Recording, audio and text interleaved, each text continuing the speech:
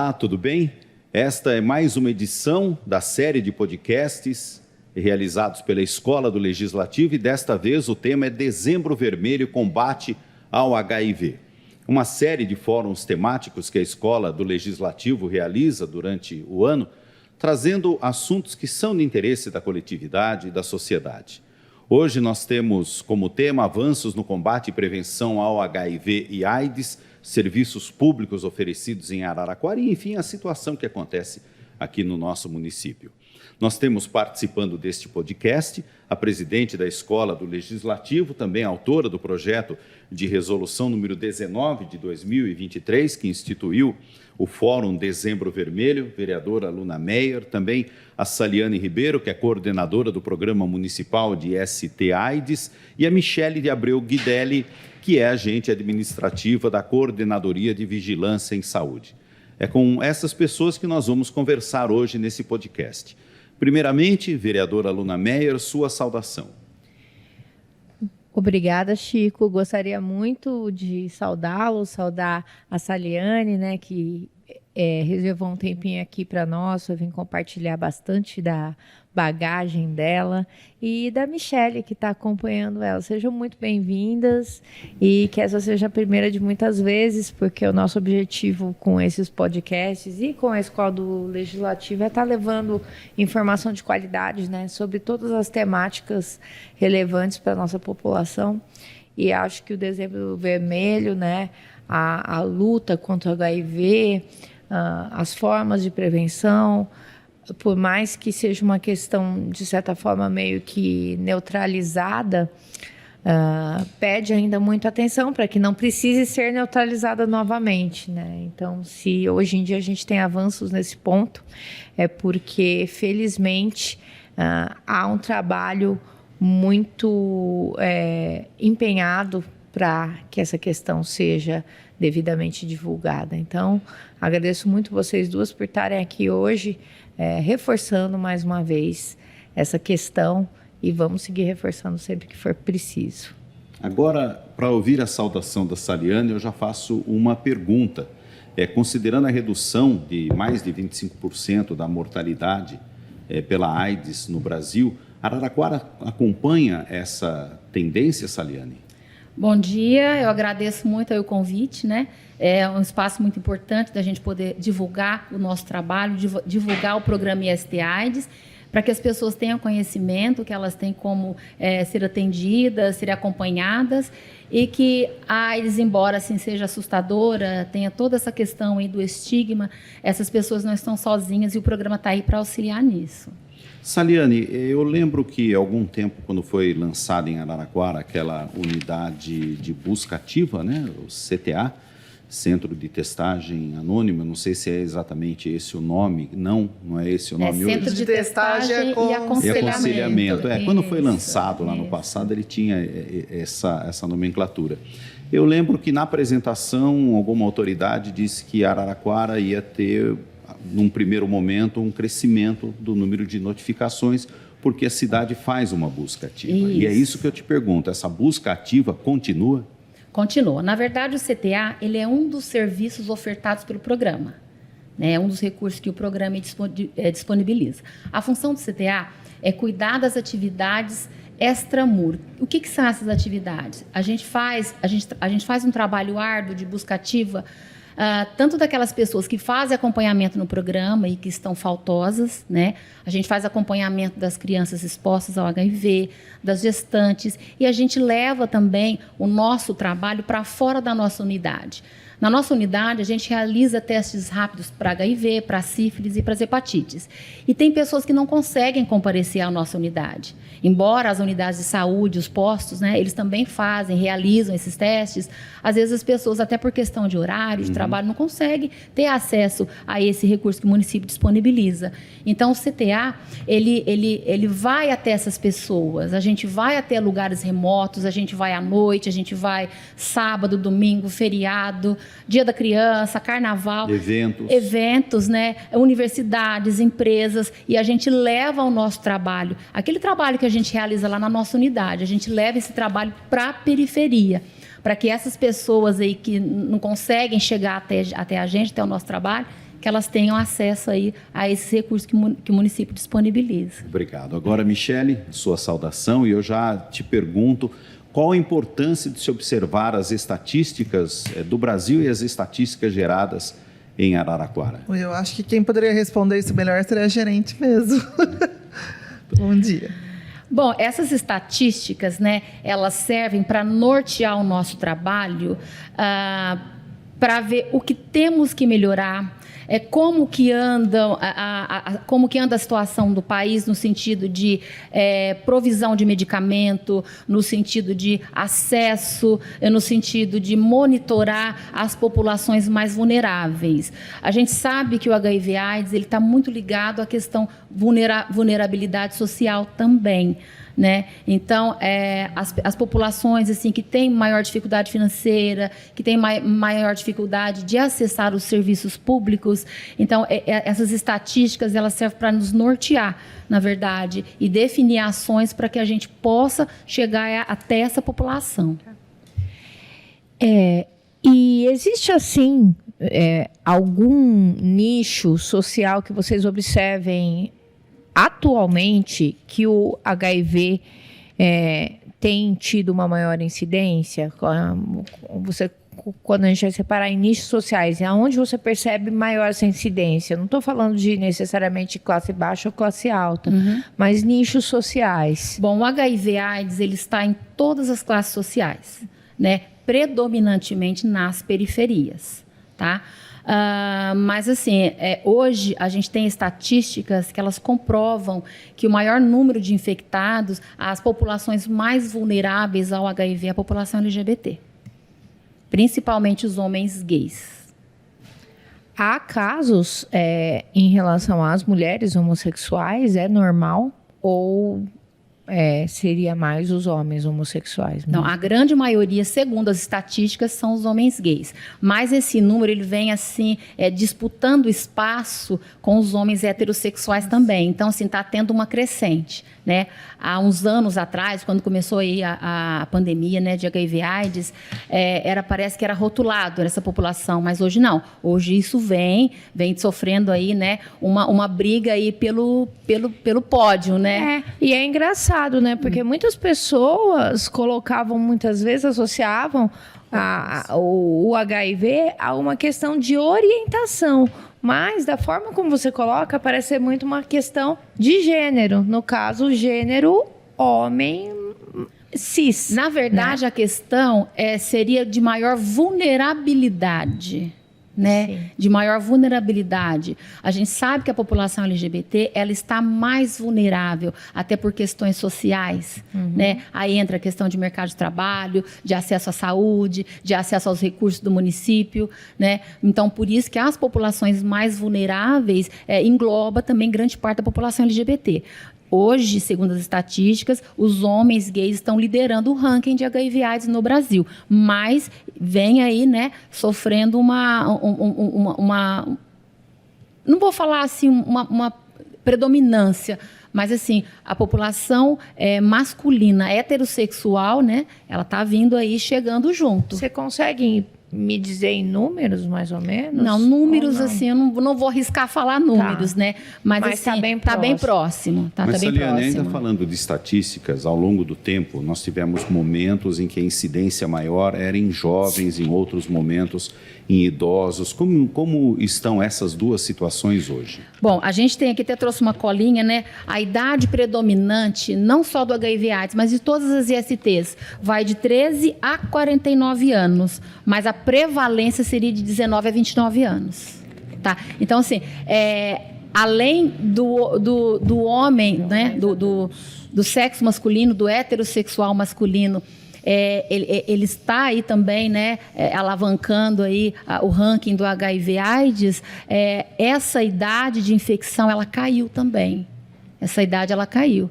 Então, as pessoas estão se infectando cada vez mais jovens. E o município tem trabalho em todos os segmentos, todas as idades, todos os grupos? Nós por isso que aquela pergunta que você me fez, né, aí de colocar a importância das estatísticas, né, a gente se norteia por isso. Então, a nossa população jovem, ela está se infectando mais. O que a gente faz, né? O CTA, que é a parte do programa que faz as ações de prevenção, então a gente se mobilizou no sentido de levar as nossas ações a todos os cantos do município. Então, aí, se a população prestar atenção, eles vão ver o nosso carrinho, né, em algum momento, em algum local da cidade. Principalmente onde tem aglomeração de pessoas, nas feiras, nos bailes, porta de jogo de futebol. Em todos os lugares que tem aglomeração, a gente está lá com o nosso carrinho. Por quê? Para poder levar essa testagem para os jovens, para aquelas pessoas que não conhecem o programa, para aquelas pessoas que, às vezes, por algum motivo, têm medo de procurar o serviço, né? Tem medo de um diagnóstico. Porque se a gente não testar, se a gente não levar esse teste para a pessoa nunca vai saber se ela está com algum problema, com algum agravo ou não. Então, só vai saber se testar. E se testar, a gente tem como encaminhar para tratamento. E do jovem, geralmente, é o início da vida sexual. Início da vida sexual. Né, talvez por promiscuidade, desconhecimento, falta de orientação, né, alguns tabus que a gente tem. Hoje é complicado falar de sexo, é complicado falar de sexo nas escolas, as famílias têm dificuldade em discutir a questão sexual com seus filhos, é todo um tabu, é um medo de tocar nesse assunto e talvez instigar uma atividade precoce, sexual precoce, né? Mas independente de qualquer coisa, as pessoas vão fazer sexo quando elas tiverem que fazer sexo, né? Mas esse tema ele tem que ser abordado, né? E ele tem que ser abordado com muito cuidado também. Eu quero mudar agora um pouco o rumo da conversa e falar da profilaxia pré-exposição e após-exposição. O município disponibiliza também dessas possibilidades? Sim, disponibiliza, né, Michele? Disponibiliza as duas modalidades, né? A PrEP foi uma luta muito grande da Saliane para trazer para o município. A PrEP foi uma luta grande, né? A gente já tinha no nosso município a PEP, que é a profilaxia pós-exposição. O que é profilaxia pós-exposição? É depois que eu tive um contato, né? Que aquele contato, ele foi um contato assim, de risco, que pode me levar numa situação de infecção, eu vou ter acesso a uma medicação que eu vou tomar por um certo período de tempo, e aí, caso eu tenha entrado em contato com o vírus HIV, né, eu vou me prevenir, eu não vou me infectar. Então, a não PEP vai se infectar. Não se infecta mesmo. Não se infecta. Que maravilha, né? Que maravilha, eu acho né? que é uma tecnologia que muita gente desconhece que existe. Sim. Principalmente os jovens, Não né? é apenas uma possibilidade remota ou grande, não vai se infectar. Não vai se infectar, porque assim, a gente tem que respeitar os prazos, né? Sim. Então, de repente, ele teve uma exposição sexual.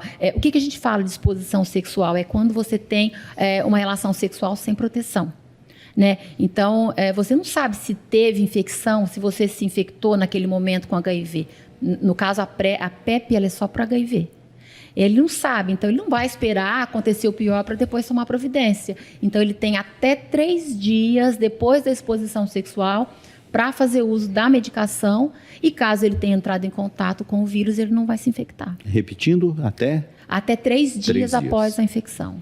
São 72 horas. Até após o contato, né? São 72 horas. E isso fica disponível onde? Na UPA, por exemplo? Não. A porta de entrada... Eu estou te falando isso por conta de um caso concreto de jovens que estavam numa festa universitária e aconteceu e estava cobrando na UPA que fosse aplicado esse tratamento. E havia um problema ali com a família presente que exigia que aquilo fosse aplicado. Não, na UPA, nós temos a PEP é de material biológico, né? De acidente com material biológico, ou seja, a pessoa está no seu ambiente de trabalho, ela sofre ali um acidente com material pérfuro cortante, né? Geralmente nas farmácias, nos hospitais, salões de beleza, né? Que hoje eles fazem alguns procedimentos, alicate, alguma coisa. Então, a pessoa sofreu um acidente com material pérfuro cortante. Então, ela procura a UPA. Isso é 24 horas do serviço, tá? E a UPA vai dar assistência e vai encaminhar para que ela tenha acesso a essa medicação. No caso de exposição sexual, ou no caso de abuso, de violência, né, são portas de entradas diferentes. No caso de violência sexual, a mulher vai para a Funguta e o homem vai para a Santa Casa. No caso de exposição sexual por falta do uso do preservativo, eu esqueci de usar, não importa, não houve uso do preservativo. Essa pessoa, durante o período comercial, né, de segunda a sexta até às 15 horas, ela vai procurar o CTA. E o CTA vai fazer o encaminhamento para o CESA. Após esse horário, feriado, final de semana, aí a pessoa ela vai direto na Santa Casa. A porta de entrada é a Santa Casa. Certo. E mudando novamente o assunto, quero falar um pouco do estigma. Como o município trabalha o estigma que se cria em cima da doença, acima de tudo, né? Bom, o estigma a gente vem trabalhando nas nossas palestras, com ações educativas, nós temos cartilhas, a gente tem trabalhado nas empresas, a gente tem trabalhado nas escolas, a gente começou agora um trabalho muito legal numa escola federal aqui na IFISP, não sei se vocês conhecem, sim, né? Sim. Uhum. Então a gente fez uma parceria muito boa lá. E a gente está trabalhando tanto os professores, quanto os funcionários, quanto os alunos da escola, né? E assim, eu só estou te falando isso como exemplo de alguma das ações. A gente trabalha em empresas também, que a gente faz tanto com a população que trabalha na empresa, quanto a parte de gestão da empresa. De divulgar que o HIV/AIDS ele não se transmite no aperto de mão, em compartilhar espaços, ir no restaurante comer, usar um talher que outra pessoa havia usado, né, desde que tenha sido lavado. Num beijo? No beijo, a gente não tem notificado nenhuma situação que tenha sido comprovado a transmissão por beijo, né? Pode ser que, de repente, uma lesão na boca, pode ter acontecido isso, mas o beijo, né, de uma boca sadia, a gente não tem esse relato. Então, a gente considera que não existe aí essa possibilidade de transmissão. Ou seja, esse trabalho de educação não é apenas a distribuição de preservativos. Não. Esse trabalho nosso, ele é com orientação, ele é feito com palestras também. A gente trabalha com estudantes e dentro da nossa unidade, quando essas pessoas procuram o nosso trabalho, é feito um serviço de acolhimento, né? Muitas pessoas entendem talvez como entrevista, mas não é uma entrevista, é um acolhimento onde a gente colhe algumas informações e a partir dessas informações a gente dá uma devolutiva para a pessoa no sentido de orientar e nortear sobre os comportamentos que ela tem. E os serviços públicos, você consegue relacionar todos os serviços voltados que funcionam em Araraquara? Olha, nós temos, acho que em torno de 38 postos de saúde e todos eles realizam os testes rápidos para HIV, para sífilis, para as hepatites B e C. Além da unidade móvel? Isso. Faz acompanhamento também da gestante, o acolhimento da gestante, fazem o pré-natal. O pré-natal, inclusive, é muito importante, né, para detectar aí o HIV e a sífilis no início de uma infecção, para que essa gestante ela possa ter segurança aí durante o decorrer da gestação, né? E que na hora do parto ela não transmita a infecção para o filho dela, tanto para HIV quanto as hepatites e a sífilis também. Então, assim, é um serviço casado, tanto do CTA, né, que é subordinado aí à vigilância do município, às unidades de saúde e também à maternidade. Bom, nós estamos aqui com a presidente da Escola do Legislativo junto. Como a escola, como a Câmara, como os meios de comunicação da Câmara podem auxiliar nesse trabalho de educação? Divulgando o nosso trabalho, né? Eu acho que essa reunião que a gente está tendo aqui agora, né, esse podcast, está sendo de grande valia, da gente poder mostrar um pouco do nosso trabalho, falar um pouco aí da questão da prevenção. Então, assim, o que a gente precisa é divulgar, né? A gente tem divulgado, mas eu acho que ainda não é suficiente. Então, quanto mais recursos a gente tiver, melhor. Então, eu queria te perguntar, você falou do CTA. O CTA, ele tem uma sede física, né? Porque você falou que os exames eles estão disponíveis aí em todas as unidades de saúde. Mas e o CTA? Como que a gente acessa o CTA? Eu queria que você passasse endereço, telefone, para quem está assistindo em casa, né? Se de repente tiver alguma questão nesse sentido, já anotar e entrar em contato. Tá, é Rua Padre Duarte, número 2414, fica bem no centro, próximo ao Parque Infantil. Perfeito. E o telefone, tem algum telefone? Aí, Michele, com o seu telefone. 3333-6700. Certo. E você falou também que vocês têm cartilhas. Essas cartilhas, onde que a gente pode encontrar? Tem algum site da prefeitura? Você pode nos enviar e a gente deixa elas disponíveis na descrição do vídeo? Sim, eu posso enviar para vocês, mas a gente tem essa cartilha na nossa sede. Né? Essas cartilhas a gente disponibiliza mais para o público estudantil. Entendi. Então, para cada público que a gente aborda, a gente tem uma forma, né, de abordar. A gente tem uma forma de conduzir essa questão de orientação. Entendi. Então, é muito segmentado mesmo. Isso. Vocês vão dar aquele atendimento especializado. Agora, falando especificamente da AIDS da pessoa em tratamento, existe ainda aquele impacto ao tomar a medicação, aquele impacto no organismo? Eu lembro que foi necessário que o município implantasse um hospital-dia, inclusive, para que a pessoa ficasse ali em repouso e observação quando toma a medicação. Na verdade, no começo aí da pandemia HIV/AIDS, isso lá atrás, né, era tudo assim, tudo muito novo. Então, no começo eram várias medicações, então eram vários compromissos. Né? O coquetel, assim, os efeitos colaterais, eles eram bem agressivos. E muitas pessoas, mesmo na época do coquetel, quando começou o coquetel, muitas pessoas não tiveram êxito aí com a doença, acabaram falecendo, porque às vezes não conseguiam fazer uso da medicação, mesmo tendo acesso à medicação, por conta dos efeitos colaterais. Hoje isso tem mudado bastante.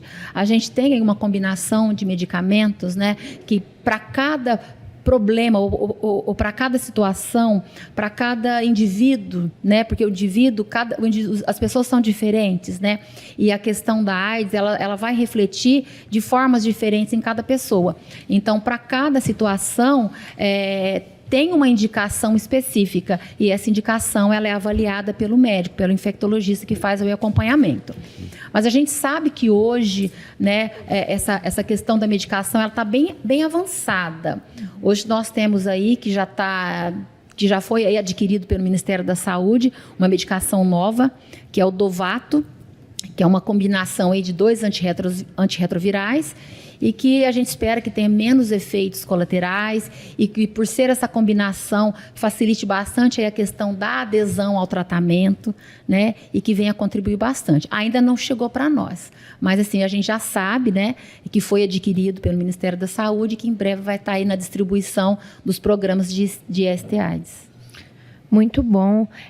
Saliane, a gente falou um pouco das estatísticas, né, da diminuição, mas aqui em Araraquara, notificado, você consegue nos passar um número? E eu queria te perguntar também sobre a subnotificação.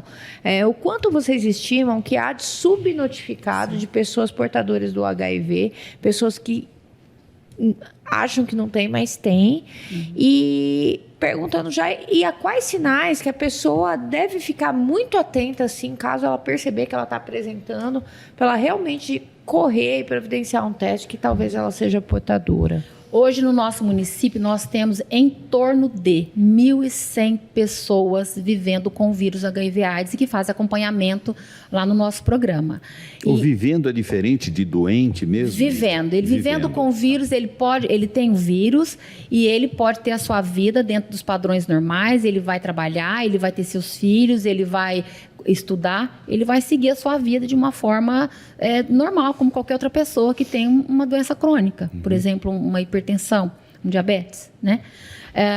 A doença seria quando já foge do controle, ele já tem uma comorbidade, ele já tem um agravo, né, associado aí a essa infecção, e aí ele vai desenvolver um outro tipo de problema, outro tipo de agravo. Então, assim, a pessoa estar vivendo com o vírus não faz dela uma pessoa doente, ela só vai adoecer se ela não se tratar. Certo, então voltando à pergunta da aluna que eu interrompi, em torno de 1.100 pessoas. Vivendo com HIV. Vivendo com HIV/AIDS no nosso município. E qual a estatística, o que se supõe que existe, o que se conhece pela estatística nacional, trazendo aqui para a cidade de Araraquara, de pessoas que não sabem que são portadoras do vírus, para não falar que tem a doença. Segundo o CRT, que é o Centro de Referência e Treinamento, que é o que norteia o nosso serviço, né, que é sediado em São Paulo, de acordo com alguns cálculos que eles disponibilizam para a gente, no nosso município, pelo quantitativo populacional, nós temos aí em torno de 1.040 pessoas vivendo com HIV. e que não sabem e que estão sem diagnóstico. Por isso que essas ações nossas de CTA, de estar indo na periferia, de estar indo em alguns lugares onde tem aglomeração de pessoas, para que essas pessoas testem, para que a gente coloque essas pessoas dentro do programa e que elas tenham aí melhor qualidade de vida. E a questão da sintomática que eu perguntei sobre a pessoa, que tipo de sintoma que poderia ser um sinal de alerta, né? Sinal de alerta. No começo, o HIV, no começo da infecção, ele pode não ter sintoma nenhum, né? Isso é passado despercebido. Com o tempo, sem tratamento, ele pode ter alguns agravantes. Pode aparecer febre, dor de garganta, amigdalite, um resfriado que não melhora, perda de peso, né, um emagrecimento assim, uma quantidade, um emagrecimento exagerado por um curto período de tempo. Mas assim, quando a pessoa chega nesse estágio, a gente já acredita que ela já esteja doente, né? Que ela já esteja aí com AIDS, com a síndrome. O que a gente quer, né, com as nossas ações é pegar essas pessoas antes que elas adoeçam. Não que a gente não vá tratar, porque se a gente pegar ela adoecida, a gente vai tratar também. Né? Mas o nosso objetivo é tentar diminuir o risco de complicações. Eu quero retomar agora um assunto que nós estávamos conversando lá atrás e me parece que ele não foi finalizado. Nós falamos da profilaxia pós-exposição, mas na pergunta eu havia abordado também a profilaxia pré-exposição. Fale um pouco desse trabalho. Tá, só relembrando, desse cuidado, né? Só relembrando, pós-exposição é após o contato, né? Isso. O uso do antirretroviral após o contato. E a pré-exposição seria o uso contínuo ou sob demanda do antirretroviral para prevenir a infecção pelo HIV, caso a pessoa entre em contato com HIV. Né? Essa medicação ela foi disponibilizada no nosso município o ano passado, no dia 5 de abril, que foi o nosso primeiro atendimento de PrEP, que é a profilaxia pré-exposição. E essa medicação ela vai evitar, caso a pessoa entre em contato com o vírus, dela ser infectada. A PrEP, no começo, ela foi disponibilizada para alguns grupos específicos. Então, seriam os parceiros sorodiferentes, onde uma pessoa não HIV, ela vive com uma pessoa que é HIV. Ela foi disponibilizada para a população LGBT e para profissionais do sexo. Tá? Hoje mudou um pouquinho esse protocolo, né? Hoje a PrEP é disponibilizada para qualquer pessoa a partir de 15 anos de idade que esteja numa condição de vulnerabilidade e com grande possibilidade de contato com o vírus HIV. E a gente não precisa aí que tenha consentimento dos pais, né? Nós estamos aí respaldados no nosso município para prescrever a PrEP a partir de 15 anos. Nós estamos respaldados pelo Estatuto da Criança e do Adolescente. Então, o jovem, a partir de 15 anos de idade, ele pode fazer uso da PrEP caso ele tenha indicação. E nós estamos aí respaldados pelo ECA. E como que é a PrEP? Ela é uma cápsula, uma injeção, é um comprimido. Adesivo? É apenas um comprimido? É um comprimido. É um comprimido com associação de 2 antirretrovirais, que é o tenofovir, na gramagem de 300 miligramas, e a entricitabina, 200 miligramas. Então, é um único comprimido, uma vez ao dia, ou sob demanda. Ou seja, como que é essa modalidade? A gente vai indicar essa medicação, essa pessoa vai fazer uso apenas quando ela tiver alguma relação sexual. Mas aí tem toda uma indicação no sentido de frequência, de relações sexuais, de risco de exposição. E que hoje no nosso município, pelo SUS, quem faz a prescrição da PrEP é o enfermeiro. É o enfermeiro. O médico ele faz a prescrição na rede privada, mas na rede SUS, o nosso município, é quem faz essa prescrição, essa indicação é o enfermeiro. Então, se a pessoa chegar no posto do bairro dela, conversar ali com o enfermeiro e falar que ela tem interesse em conseguir a PrEP, ela pode conseguir ou ela tem que ir necessariamente no CTA? Ela pode conseguir, né? O posto de saúde ele vai referenciar para nós. Essa medicação ela é prescrita no CTA. Então, é no Centro de Testagem e Aconselhamento que a gente faz o atendimento e a prescrição dessa medicação. E esses casos de vulnerabilidade existem na nossa cidade? Existem. E tem algum efeito colateral? A pessoa tomar esse comprimido? Ela tem. De início, a PrEP, ela pode ter mal-estar gástrico, distensão abdominal, flatulência, que seria o gases, né? Boca amarga, alguns episódios raros de vômito ou diarreia, mas assim, são sinais e sintomas que geralmente não ultrapassam uma semana. Na maioria das vezes, o uso ele é bem tranquilo, ele é bem seguro, não tem sintoma nenhum. O que a gente preocupa com a PrEP é a longo prazo, né? Que a gente tem que monitorar a função renal, função hepática. Por quê? Porque o tenofovir, que é um dos componentes da PrEP, ele pode, né, prejudicar um pouquinho a função renal, mas isso não quer dizer que vai acontecer. Nós temos hoje no nosso município 250 pessoas cadastradas fazendo uso de PrEP. 5% desse valor é da rede privada, que é prescrição médica. E o restante, né, 95% desse quantitativo, é prescrito no CTA pelos enfermeiros. Numa percepção muito pessoal, isso me parece assustador, né? Saber que nós temos pessoas em risco constante, né?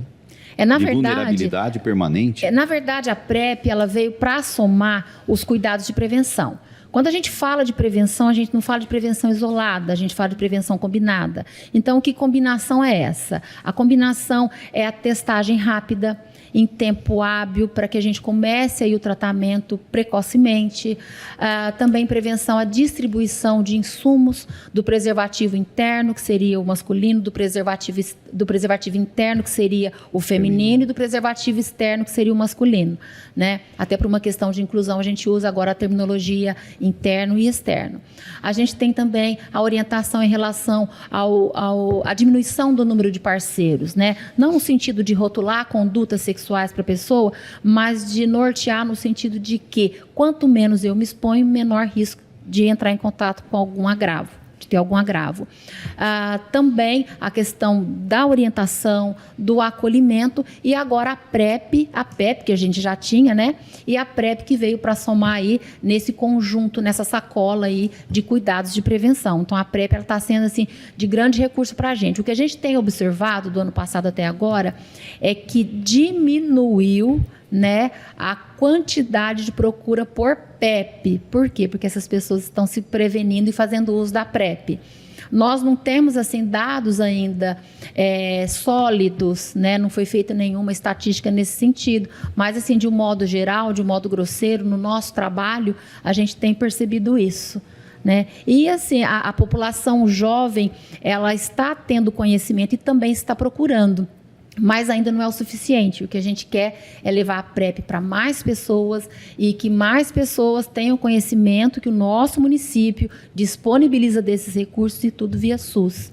Tudo grátis, né? Não tem que pagar por nenhum desses serviços. Mais alguma coisa, Luna? E vocês têm alguma estatística de novos casos, por exemplo, desse ano, do ano passado? Quantos novos casos vocês identificaram na cidade? Vocês de HIV? Vocês notam um crescimento, notam uma queda, com base... Principalmente, aí eu já queria que... Desde quando que a PrEP está sendo aplicada? E aí você entra nessa questão da estatística anual para a gente poder... E eu acrescento a pergunta dela também, o número de óbitos. Sim. A gente, assim, nós não fizemos ainda um estudo programático da PrEP, né? Penso que agora, no próximo ano, a gente vai estar fazendo esse levantamento. Mas o que a gente tem percebido, a grosso modo, né, que tem os jovens, quando a gente fala jovens, maioria classe estudantil, eles têm procurado menos a PEP, né? Por quê? Porque eles estão se protegendo mais, utilizando aí o recurso da PrEP.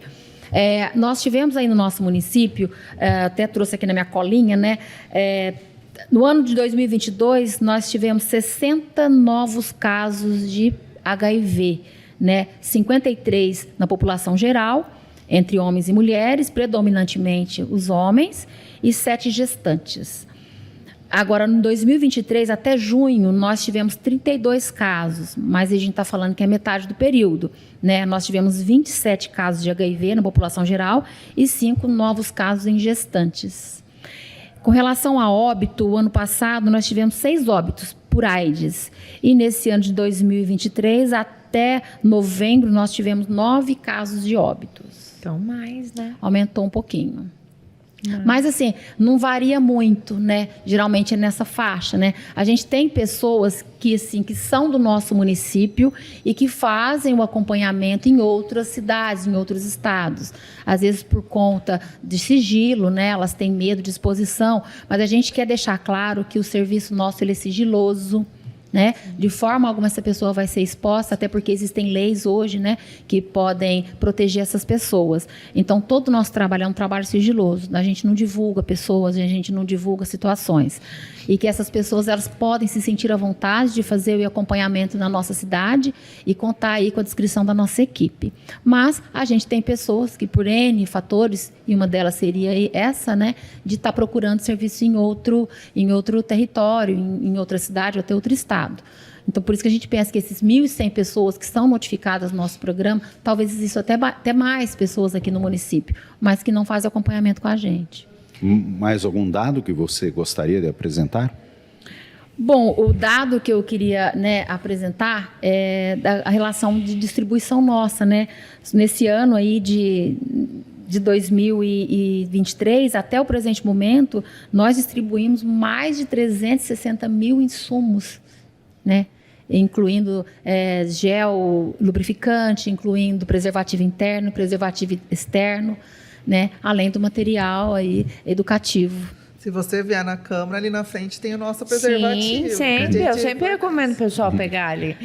Bem ali na frente a gente vem Tem. uma vez por mês, em vários pontos da cidade, bares, a gente procura. Inclusive eu queria só ressaltar, né? A gente faz um trabalho interessante, né? Que a população às vezes não sabe. E eu vou falar até o motivo por quê. A gente faz distribuição na região das boates, que é uma região de grande vulnerabilidade, né? A região ali onde trabalham os profissionais do sexo. Então, a gente distribui material tanto dentro das boates como fora das boates. E a cada 15 dias o nosso furgão fica ali na porta, nós tivemos lá semana passada. Sim. A gente faz teste rápido daquela população que está ali, que trabalha na noite, e a gente faz também um trabalho dentro da boate. Sim. Então, a gente tem aí um combinado com os donos das boates, então a gente reveza essas boates. E dentro dessa boate, a gente faz coleta de Papa Nicolau, a gente faz diagnóstico de sífilis, a gente trata sífilis lá dentro e a gente faz também a prescrição da PrEP lá dentro da boate. A gente separa lá um local, né, reservado, e a gente tem tido aí a parceria dos donos das boates e também do PSF aí do Jardim Cruzeiro do Sul, né, a nossa parceira Ana, que ela tem colaborado bastante com a gente nesse sentido.